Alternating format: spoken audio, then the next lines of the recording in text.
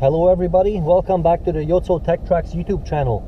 You're joining me on another quick little discussion regarding some of the features on this 2016 Ram 1500 pickup truck. Right now, let's take a few minutes and talk about the lighting, the exterior lighting, mainly the forward-facing lighting on this vehicle. This, as you know or may not know from previous videos, is a 2016 Ram 1500 truck, and it is a Tradesman edition. It does not have any optional lighting from the factory, so it does feature the factory halogen front headlights. Previous experience with this kind of lighting in many different vehicles, pretty much all of them I had so far from the factory, imports or domestics, cars and trucks, it doesn't matter, it's all the same. Halogen headlights are pretty much the lowest cost option factory vehicles come equipped with from the OEM. There are many different designs nowadays.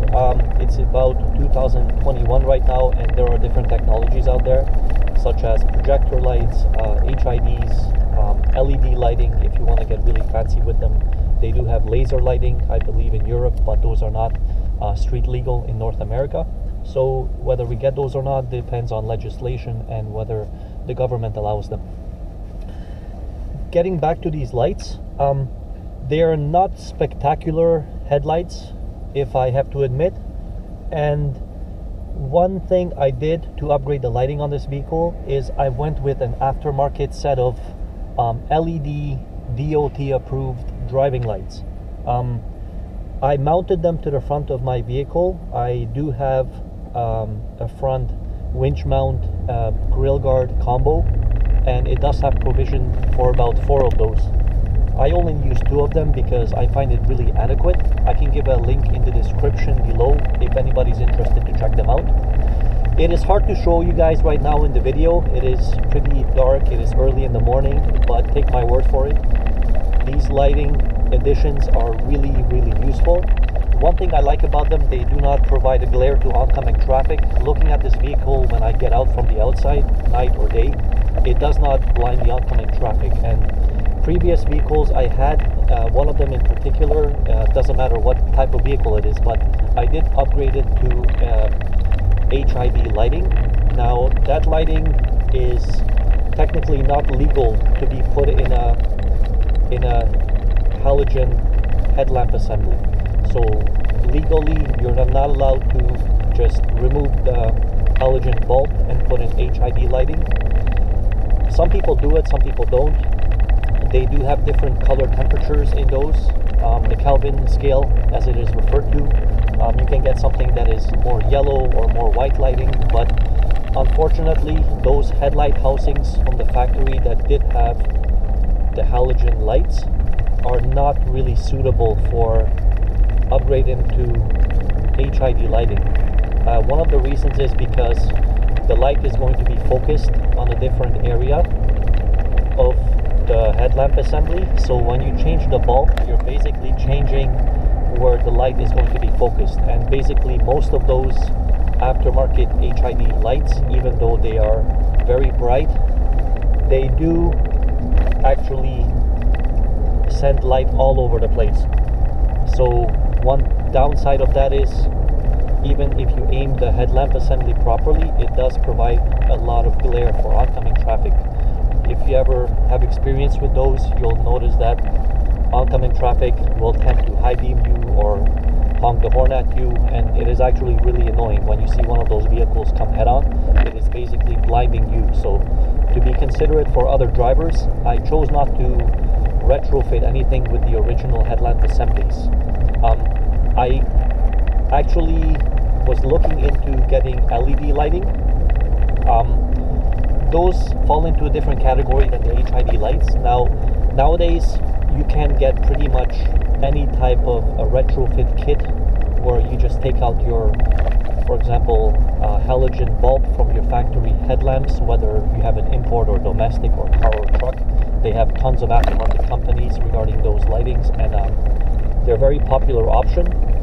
However, research and from previous experience with those lights is either they don't provide too much of a light output, or the ones that do, they tend to actually run very hot and they're not going to last very long. So for about $80, $90, $100 Canadian, you can find a pair of those lights that just plug and play into the factory headlamp assembly with the wiring connectors. Everything is plug and play, and you won't get any error messages on the dashboards if the vehicle does monitor that.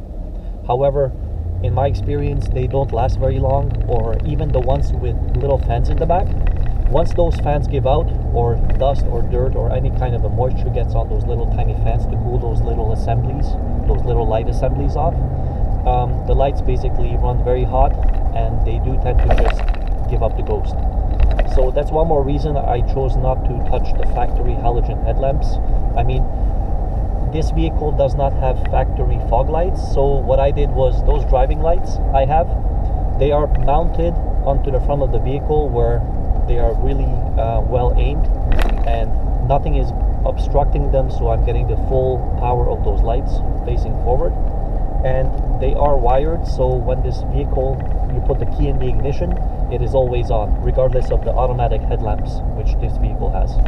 Basically, the way that works is when you put the headlight switch into the auto mode during the daytime, the headlamps will be reduced power for just the daytime running lights, and when the darkness comes and the daylight disappears, the headlights will turn on automatically, so you don't have to mess with the switch. You can just basically leave it in the auto mode, and you can leave it there for pretty much indefinitely, unless you really need lighting for some other reasons where you want to force those headlamps on.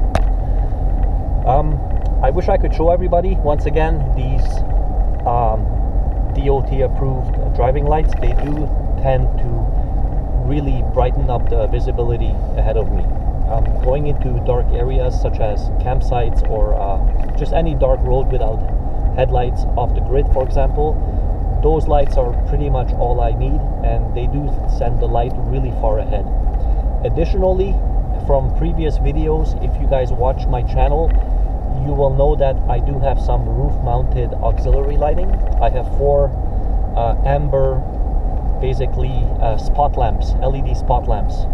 It's just above the cab, and those things are not street legal by any means. Anything above the windshield, you're not allowed to use them on the highway, and I only use those for off-road, off-the-grid situations in really dark areas, such as going into campsite late at night and not being able to see where you are. Once you flip those on, the whole front of the vehicle is illuminated, so I got both bases covered. If I'm on the road, these driving lights in the front are perfect, and if I'm going into off-the-grid situations, I just throw on all the lights I have on the roof as well as the front, and it is more than adequate. Anybody looking into upgrading the lighting on these vehicles, if you don't have any projector lightings or LED lightings from the factory, which some of the newer Ram trucks might have, this 4th generation never had that, but if you're looking for any solutions to increase your nighttime vision, I suggest you look into DOT approved driving lights to mount to the front of the vehicle. Even if you don't have a winch mount or a grill guard, they do sell inexpensive, just basically bars that bolt up to the front of the vehicle, where it allows you to mount them quite easily without drilling anything, and the wiring is not difficult at all, and it provides a ton of lighting without having to go into aftermarket solutions that mount into the headlamps if you're not comfortable or not really looking into that solution. So I'm really happy with this lighting setup, and I'll take a quick run around video for you guys outside maybe next time. Right now I'm driving somewhere, so I have to get going, but as soon as I can, I'll post another video regarding the outside lighting. I'll take different angles and different areas where it's really dark.